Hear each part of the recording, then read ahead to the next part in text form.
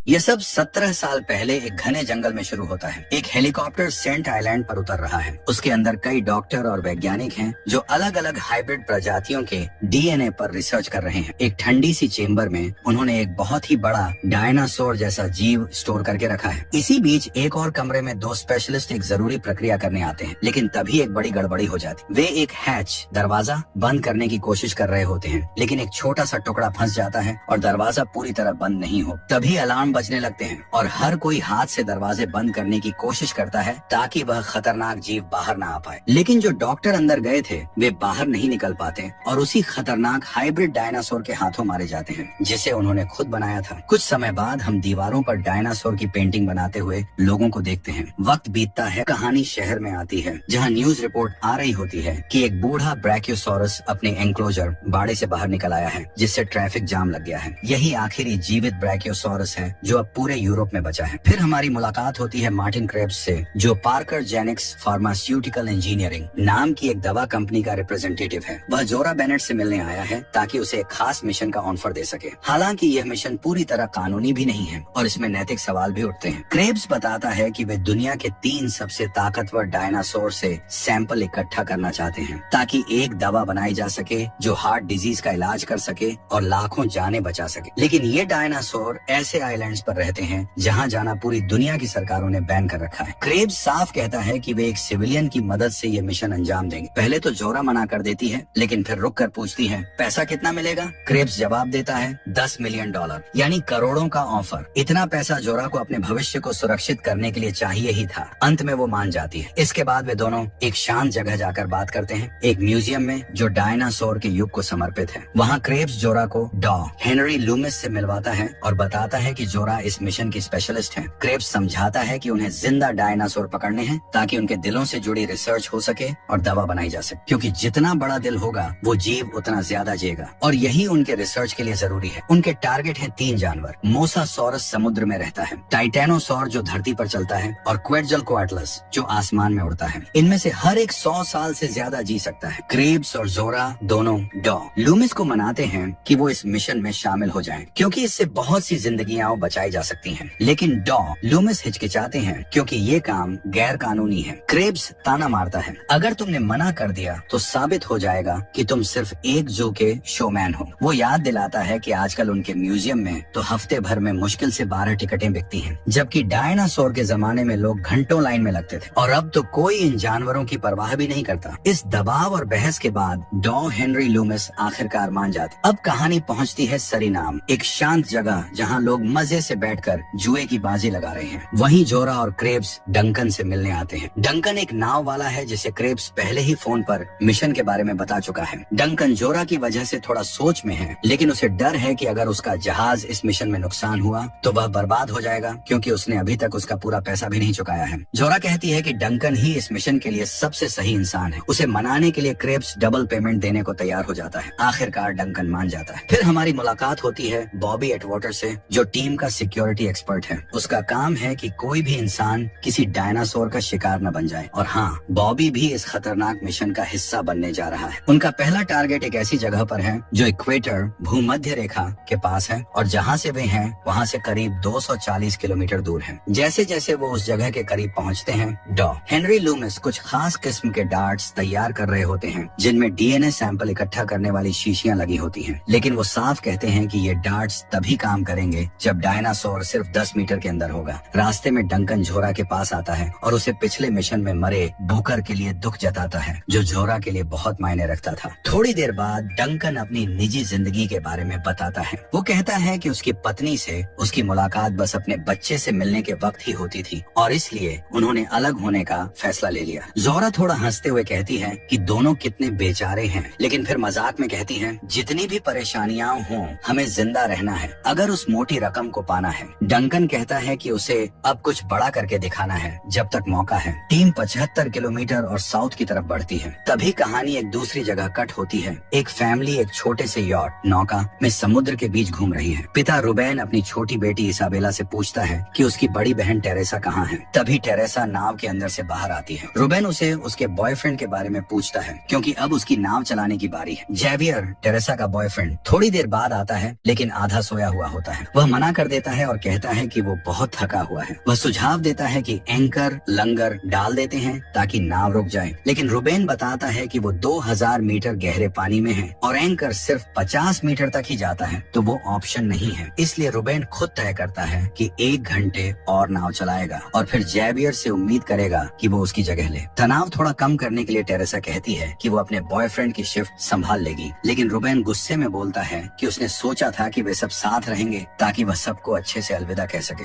Teresa थोड़ी मायूस सी होकर समझाने की कोशिश करती है कि वो बस न्यूयॉर्क जा रही है, कहीं दूर नहीं। तभी एक अजीब आवाज सुनाई देती है और रुबेन अपनी बेटी को स्टीयरिंग देते हुए खुद चेक करने जाता है। वो देखता है कि उनकी नाव के चारों तरफ बहुत बड़े समुद्री जीव डायनासोर तैर रहे हैं। रुबेन को भरोसा नहीं होता कि ये जीव अभी भी जिंदा हो सकते हैं, क्योंकि सबको लगा था कि ये बहुत पहले खत्म हो चुके हैं। इस बीच जेवियर जो नीचे डेक पर सो रहा था वो फंसा रहता है। रुबेन चिल्लाकर कहता है कि रेडियो से मदद बुलाओ, लेकिन जेवियर धीरे धीरे रिएक्ट करता है। आखिर में रुबेन अपनी बेटियों के साथ डेक पर आता है और थोड़ी देर में जेवियर भी ऊपर आता है। ठीक उसी वक्त जब एक विशाल समुद्री जीव पानी से बाहर कूदता है, जेवियर जान बचाकर तैरता है और किसी तरह रेडियो लेकर नाव पर वापस चढ़ जाता है। फिर कहानी लौटती है जोरा की तरफ, जो समंदर की तरफ देख रही होती है। उसकी आंखों में थोड़ी उदासी और सोच दिखती है। तभी ग्रुप का एक सिविलियन सामान्य व्यक्ति आता है और पूछता है कि क्या वो सच में कोई भाड़े की फाइटर है। जोरा हंसते हुए सिर हिलाती है और कहती है कि हाँ, उसकी जिंदगी खतरनाक है। फिर वो उसे गुड नाइट कहकर सोने चली जाती। अगली सुबह डंकन को रेडियो पर उसी फैमिली की आवाज मिलती है जो हम पहले देख चुके हैं, लेकिन वो लोग उस रास्ते से 45 किलोमीटर दूर हैं जहाँ क्रू जा रही है। बॉबी कहता है कि शायद कोस्ट गार्ड मदद कर लेगा, क्योंकि वो लोग अब सिर्फ 3 मिनट की दूरी पर हैं उस जगह से जहाँ मोसासॉरस मौजूद है। लेकिन जोरा उन्हें समझाती है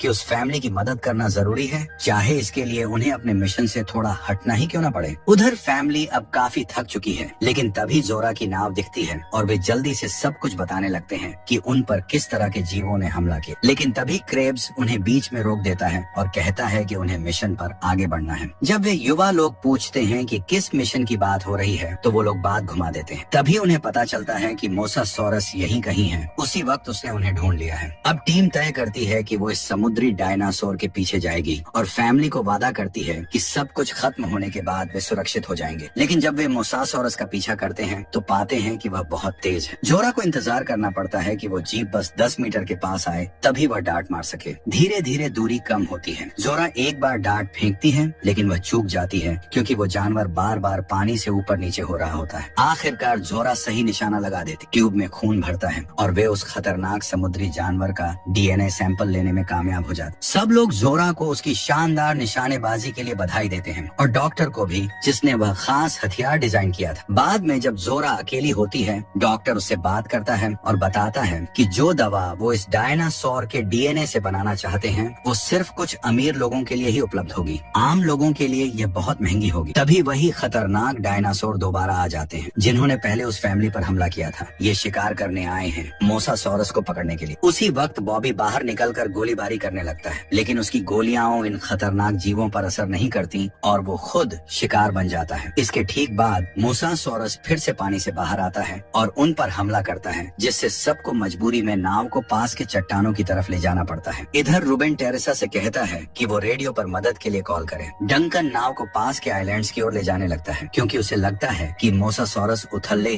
कम गहरे पानी में नहीं तैर सकता। लेकिन एक बड़ा खतरा है, अगर नाव चट्टानों से टकरा गई तो डूब सकती है, इसलिए सब कूदने की तैयारी करने लगते हैं। टेरेसा रेडियो पकड़ती है, लेकिन तभी क्रेब्स उसे रोक देता है और कहता है कि वो कोई अलर्ट नहीं भेज सकते, ये बहुत खतरनाक होगा। टेरेसा हड़बड़ाहट में फिसल जाती है और पानी में गिर जाती है। उसका बॉयफ्रेंड जेवियर तुरंत उसके पीछे कूद जाता है ताकि उसे बचा सके। नाव बार बार चट्टानों से टकराती है और आखिरकार सबको नाव से कूदना पड़ता है। सब लोग तैरकर किनारे की तरफ बढ़ते हैं। सिर्फ डंकन नाव में रह जाता है और नाव क्रैश हो जाती है। बाकी लोग किसी तरह तैरते हुए आइलैंड तक पहुंच जाते हैं। टेरेसा जेवियर से कहती है कि नाव में जो लोग थे उन्होंने उसे मारने की कोशिश की। क्रेब्स बड़ी मुश्किल से किनारे तक आता है और सबको कहता है कि उन्हें आइलैंड के अंदर की तरफ जाना होगा, क्योंकि किनारे के आसपास पानी और जमीन दोनों में चलने वाले खतरनाक जीव घूम रहे हैं। डंकन भी किसी तरह अपनी जान बचाकर किनारे तक पहुंचता है। इस बीच टीम की एक और सदस्य डायनासोर उस पर हमला कर देता है। वो डायनासोर अब तक किसी ने देखा नहीं था। उधर रुबेन, उसकी बेटियां और जेवियर एक ऐसी जगह पहुंचते हैं जहां से आइलैंड का नजारा बहुत ही खूबसूरत दिखता है। इसी दौरान ग्रेव्स जोरा के पास आता है और एक बड़ा राज बताता है कि इस आइलैंड पर म्यूटेशन बदलाव वाले डायनासोर घूम रहे हैं। जिस जानवर ने नाह को मारा वो भी एक म्यूटेंट था। वह कबूल करता है कि उसने टीम से कई अहम बातें छिपाई थी। असल में इस आइलैंड पर एक लैब है जहाँ हाइब्रिड प्रजातियां बनाई जा रही थी, क्योंकि आम डायनासोर अब लोगों को बोरिंग लगने लगे थे। लेकिन इन बदले हुए जीवों में से कुछ इतने अजीब निकले कि लोग उन्हें स्वीकार नहीं कर पाए। हालांकि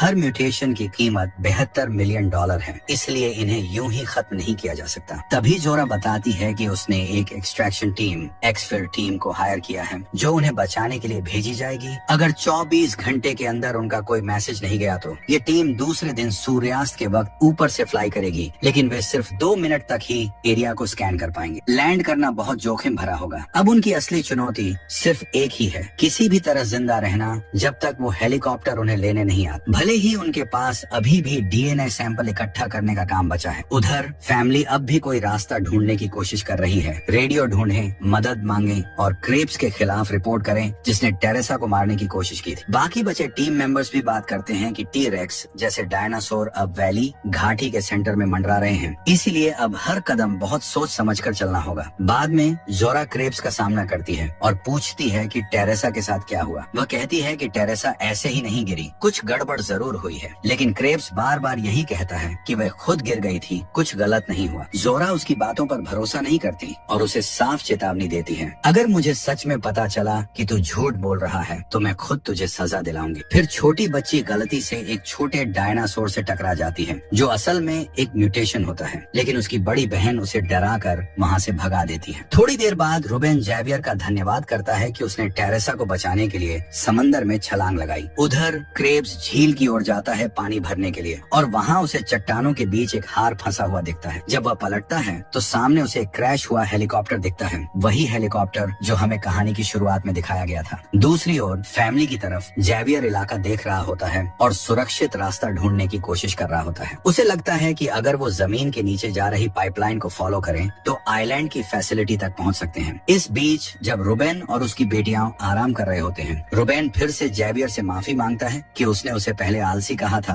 और फिर से टेरेसा को बचाने के लिए धन्यवाद देता। जैवियर खुद मानता है कि उसे समझ नहीं आता कि टेरेसा अभी तक उसके साथ क्यों है। रूबेन उसे समझाता है कि लोग तुम्हारे बारे में चाहे कुछ भी कहें, अगर तुम अपने कामों से उन्हें गलत साबित नहीं करोगे तो एक दिन वो बातें सच लगने लगेंगी। इसके बाद जैवियर वॉशरूम जाने के लिए वहाँ से हट जाता है। उसी दौरान छोटी लड़की उठती है और देखती है कि वही छोटा म्यूटेटेड डायनासोर फिर से आ गया है। उधर जैवियर जब वह अकेले होता है तो अचानक देखता है कि एक डायनासोर धीरे धीरे उस पर हमला करने के लिए आ रहा है। तभी एक और डायनासोर वहाँ आता है, लेकिन कुछ ही सेकंड में एक और भी बड़ा जीव ऊपर से उड़ता हुआ आता है और दोनों डायनासोर को पकड़कर ले उड़ता है। जैवियर बुरी तरह डर जाता है। अगले दिन सुबह टीम आगे बढ़ रही होती है। क्रेब्स समझाता है कि भले ही कुछ डायनासोर शाकाहारी हों, लेकिन उनके पीछे लगे शिकारी नहीं है, इसीलिए खतरा हर वक्त बना रहेगा। जल्द ही उन्हें अलग अलग प्रजातियों की आवाजें सुनाई देने लगती हैं। तभी एक विशाल पूंछ उनकी नजरों के सामने से गुजरती है। इसका मतलब कि जमीन पर रहने वाले टी-रेक्स आसपास हैं। जैसे ही टीम के छोटे सदस्य छिपने के लिए भागते हैं, हम देखते हैं कि ये डरावने दिखने वाले टी-रेक्स कभी कभी बेहद शांत और कोमल भी हो सकते हैं। जोरा खून लेने के लिए डार्ट तैयार करती है। डॉक्टर जो बहुत उत्साहित होता है डायनासोर की टांग को छूता है। वो पल उसके लिए बेहद खास और कभी न भूलने वाला होता है। जोरा धीरे से पास जाती है और डार्ट फेंकती है। वे सफलता पूर्वक खून का सैंपल ले लेते हैं और उन्हें पता चलता है कि इस इलाके में ऐसे डायनासोरों की पूरी कॉलोनी मौजूद है। उधर फैमिली अब भी आइलैंड की उस फैसिलिटी को ढूंढ रही है जिसके बारे में उन्हें पता चला था। छोटी बच्ची अब भी उस छोटे म्यूटेटेड डायनासोर के साथ है जिसे वह डोलोरेस नाम दे देती है और सोचती है कि उसे अपने साथ घर ले जाएगी। लेकिन जब वे सब ध्यान भटका लेते हैं तो वे फिसल जाते हैं और नीचे गिर जाते हैं। डोलोरेस भी गिरती है लेकिन डर के मारे भाग जाती है क्योंकि उसे लगता है यह जगह खतरनाक है। टेरेसा तब दूर एक नाव देखती है और फैसला करती है कि उसे वहाँ जाना होगा क्योंकि उसके पापा अब चल नहीं सकते। बड़ी मुश्किल से टेरेसा आगे बढ़ती है लेकिन रास्ते में उसे एक मरे हुए डायनासोर के निशान दिखते हैं। जैसे ही वह और पास जाती है एक और डायनासोर सामने आता है। तभी टेरेसा पीछे मुड़कर देखती है और पाती है कि उसके पीछे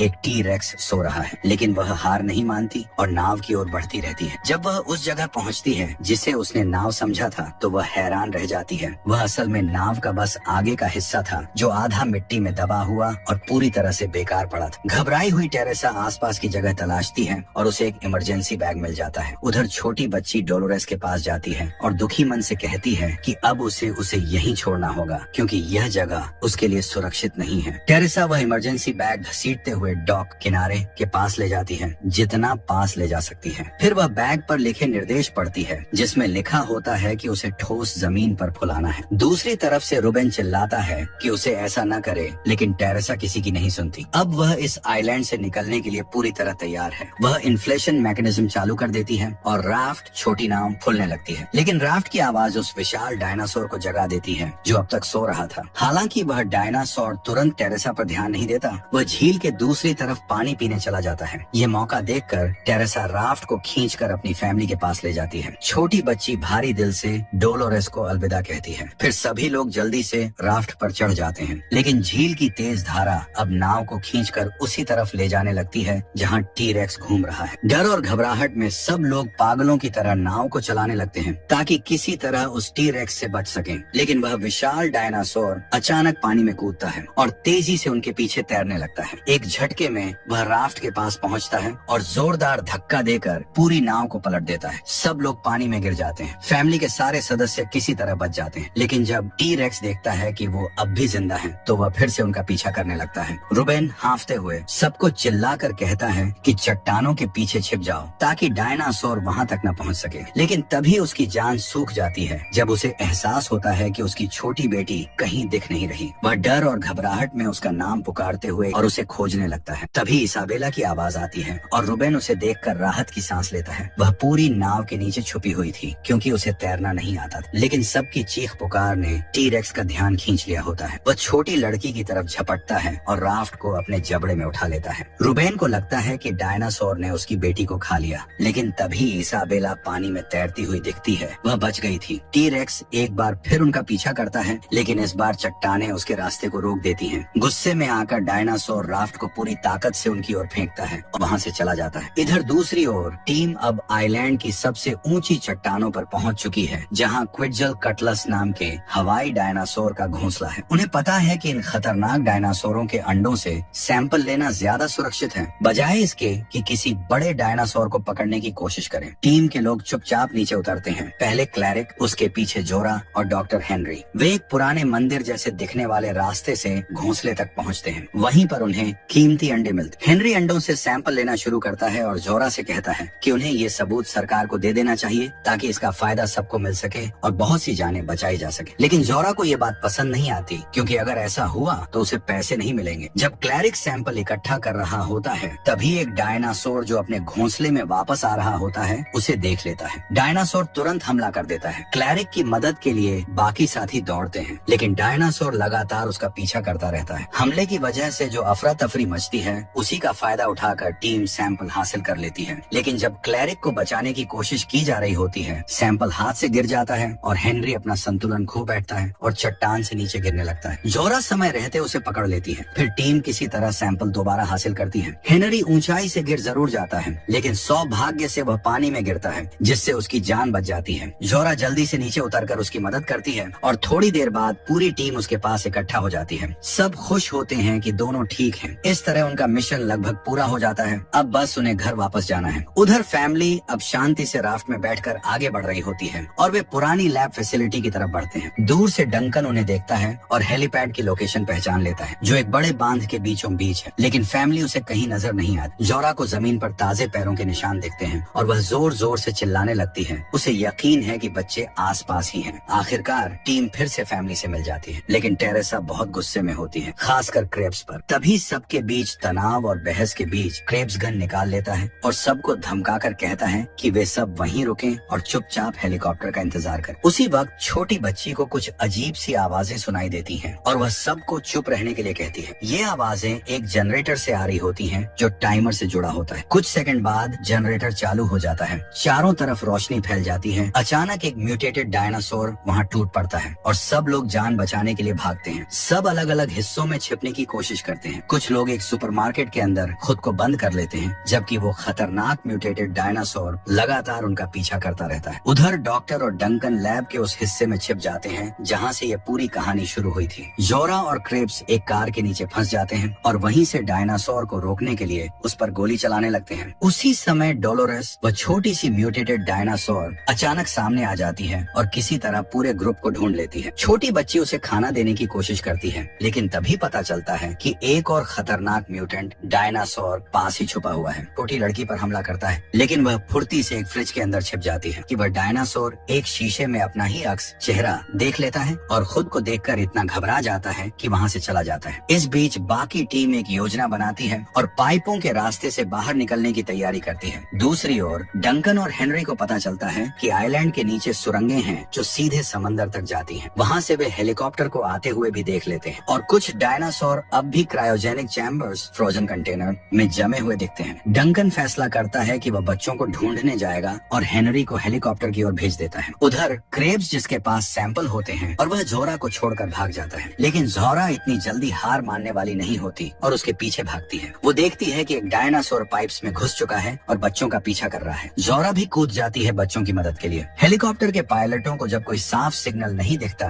तो वे वापस जाने की तैयारी करने लगते हैं। तभी हेनरी समय पर एक फ्लेयर फेंकता है और पायलटों का ध्यान खींचता है। हेलीकॉप्टर वापस आता है, लेकिन तभी एक विशाल म्यूटेंट डायनासोर वहाँ पहुँचता है और पूरे हेलीकॉप्टर को नोच नोच कर तबाह कर देता है। हेनरी ये देखकर डर जाता है और भागकर डंकन को चेतावनी देने जाता है। थोड़ी देर बाद सभी लोग फिर से एक साथ इकट्ठा हो जाते हैं, बस क्रेब्स को छोड़कर। हेनरी बताता है कि हेलीकॉप्टर बर्बाद हो चुका है और अब उनका इकलौता रास्ता एक सुरंग है जो सीधे समंदर तक जाती है, जहाँ एक बोट उनका इंतजार कर रही है। इधर क्रेब्स गाड़ी चलाता हुआ तेजी से डॉक की तरफ भाग रहा होता है। जो भी म्यूटेंट डायनासोर रास्ते में आते हैं उन्हें कुचलता जाता है। उधर बच्चे पाइप्स के अंदर उस डायनासोर से सामना करते हैं जो अंदर घुस आया था, लेकिन वे मिलकर उसे मार गिराते। उन्हें पता होता है कि अगर क्रेब्स उनसे पहले बोट तक पहुंच गया तो वह उन्हें छोड़कर भाग जाएगा, इसलिए वे तेजी से आगे बढ़ते हैं और आखिरकार उस दरवाजे तक पहुंचते हैं जो बाहर जाने का रास्ता रोक रहा होता है। लेकिन वो दरवाजा एक कंट्रोल पैनल से बंद होता है। चूंकि सिर्फ छोटी बच्ची ही इतनी छोटी होती है कि संकरी जगह से अंदर जा सके,